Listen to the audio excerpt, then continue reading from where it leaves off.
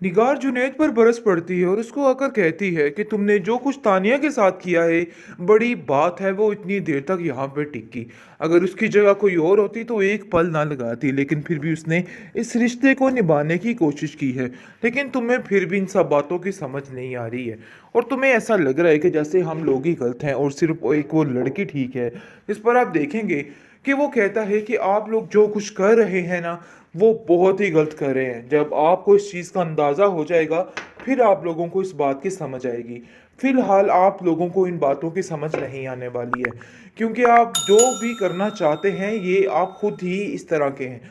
यानी कि आपकी नेचर जो है वो आपको कुछ भी सही करने पर मजबूर कर रही है। इस पर निगार कहती है कि तुम तो ऐसे जैसे बढ़ते ही जा रहे हो, रोज़ बरोज़ के तुम्हारे ये मामलात ख़त्म होने का नाम ही नहीं ले रहे। उस लड़की का बार बार नाम इस घर में मुझे बहुत ज़्यादा इरिटेट करता है।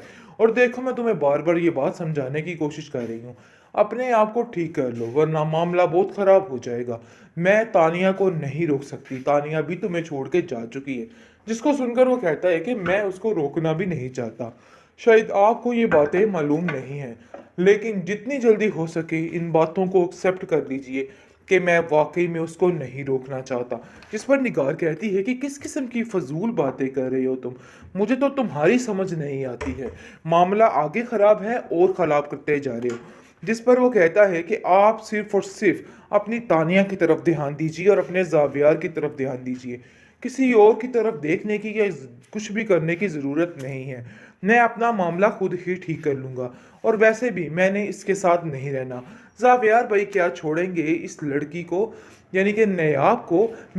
उससे पहले इस तानिया से अपना जान छुड़ाना चाहता हूँ, क्योंकि मैं जानता हूँ ये किसी हाल में भी हमारे घर के लिए सेफ़ नहीं है। बेचारी थक हार कर सोचती है कि क्यों ना अपनी दादी के पास चली जाए ताकि उसको थोड़ा सुकून हो जाए। लेकिन कहीं न कहीं वो जानती है कि उसकी भाभी उसके साथ कैसा सलूक करेगी। वो सिर्फ़ दौलत की पुजारन थी जिसकी वजह से वो खुश थी, वरना अब उसको एक पल के लिए भी वहाँ नहीं रहने देगी। जैसे ही वो बेचारी जाती है घर पे और जाकर देखती है कि उसकी भाभी उसको ऐसे पड़ जाती है, ऐसे चील कौवे पड़ जाते हैं और वो कहती है कि तुम्हें शर्म नहीं आती? किस मुँह से तुम इधर आई हो? आखिर क्या चाहती हो? तुम्हारी वजह से इस घर में कितने दंगे फ़साद हो चुके हैं और क्या-क्या ज़लालत हो चुकी है। अब मज़ीद इस तरह की कोई भी बात हम लोग बर्दाश्त नहीं कर सकते। बेहतर यही है कि तुम यहाँ से चली जाओ। इसको सुनकर वो कहती है कि पहले तो आपके मिज़ाज ही नहीं मिलते थे। आप तो इतना प्यार करती थी और इतने सलूक से मेरे से बात करती थी। लेकिन अचानक ऐसा क्या हो गया कि आपके रवैये बदल चुके हैं? इस पर वो कहती है कि अचानक ऐसा ये हुआ है कि तुम्हारी हरकतें बदल चुकी हैं, इसलिए जो कुछ होना था सो हो गया। अब इस घर में दाखिल मत होना, तुम्हारा इधर कोई भी जगह नहीं है। जिसको सुनकर वो कहती है कि आखिर कितनी आसानी से आप कैसे ये सब कुछ कह सकती हैं? देखिए, ऐसा नहीं हो सकता और ना ही मैं यहाँ से जा सकती हूँ।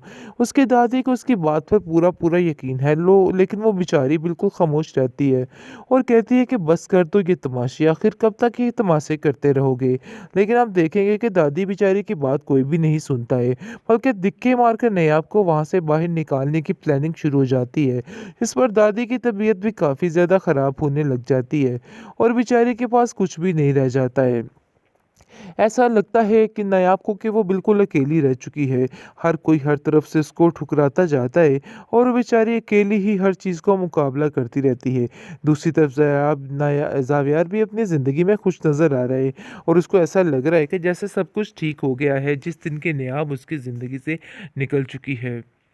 बेहतरीन ड्रामा सीरियल दिल ना दान के इस एपिसोड में आप देखेंगे कि अब जाकर समझ आ चुकी है बेचारी नायाब को कि उसको किसी का साथ नहीं मांगना चाहिए, जिस पर वो जुनैद से साफ साफ कहती है कि आपने आज तक मेरे लिए बहुत कुछ किया है, बेशक एक भाइयों से बढ़कर किया है, लेकिन मज़ीद मैं आपकी ज़िंदगी को इस तरह से बर्बाद नहीं कर सकती।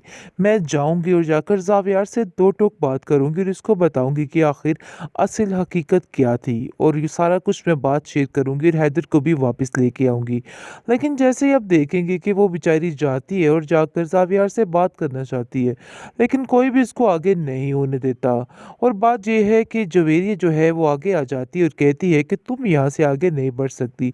यानी कि तरह-तरह की बातें उस पर करती है और तरह-तरह ज़लील करने की कोशिश करती है और कहती है कि तुम्हारी हिम्मत कैसे हुई? तुम जैसी लड़कियाँ इतनी बेधड़क होकर कैसे ऐसी बातें कर लेती है?